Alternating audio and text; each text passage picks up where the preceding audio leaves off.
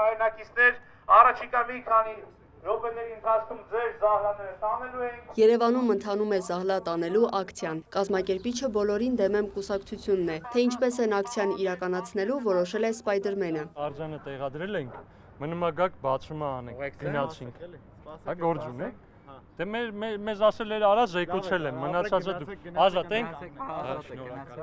Բոլորին դեմ եմ այս քարոզարշավում նպատակ ունի ցույց տալու իրական քաղաքական process-ները ոնց են տեղի ունենում Հայաստանի Հանրապետությունում։ Մեր Սպայդերմենը այսօր կազմակերպել է ժողովրդի զահլայի արձանը տեղադրելու ակցիան, ինչպես տեսակ բանվորները զեկուցեցին, որ արձանը տեղադրված է։ Արձանը տեղադրել են հանրային ռադիոյից մոտ 15 մետր հեռավորության վրա։ Տրամաբանությունը կայանում է հետևյալում, երևի բոլորը լսել եք Էքսկալիբուր թրի մասին ու Թագավոր Արտուրի մասին, ըստ լեգենդի թագավոր կդառնար այն մարդը, կստանար ամբողջ իշխանությունը Անգլիայում այն մարդը, ով որ կարողանար այդ թուրը հանել քարի մեջից։ Ուրախ եմ ձեզ տեղեկացնել, որ Հայաստանը դրանով շատ նման է Անգլիային, մենակ մի տարբերությամբ Հայաստանի Հանրապետությունում իշխանություն ստանում է այն ուժը, ով որ կարողանում է ժողովրդի զահլան տանի։ Այսպիսով Սպայդերմեն խնդրում եմ բացել ժողովրդի զահլայի։ Ուշադրություն, հիմա տեղի է ունենալու զահլայի արձանի բացումը։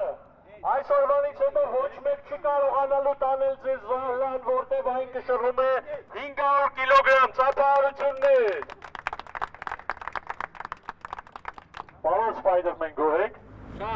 Բոլորին դեմ եմ կուսակցությունը հասարակությանը խորհուրդ է տալիս գալ արձանի մոտ եւ նկարվել։ Որովհետեւ սա վերջի զահլանա լինելու, որ տանելու են, չգիտեմ ինչքան երկար կմնա այստեղ, բայց անգամ տանելու պարագայում միևնույնն է համարեք, որ մեր զահլեն վերցնել ու տանելու են։ Պետական բյուջետով ոնց որ զահլեկը տարել են, տենց էլ թող հավաքեն այս զահլեն տանեն ու վերջի անգամ տանեն։ Ըստ Կարապետյանցի զահլա տանելը այն իրավիճակն է, որի մեջ ժողովուրդն ապրել է 35 տարի։ 35 տարի թե իշխանությունները, թե ընդդիմությունները զահլեկը տարել են այս ժողովրդի եւ հետեւաբար զահլեի արձան պիտի այս երկրում լինեն։ Այն ինչ որ երկարատևա պիտի դրա մի հատ օրինակ մարմնավորումը դրա լինի։ Կարապետյանցը անդրադարձավ նաև իրենց նախընտրական ցուցակի 87 թեկնածուների մեծ մասի ինքնաբացարկի դիմումներին, ներկայացնելով պատճառը։ Համարում ենք, որ մենք այս պահի դրությամբ գոնե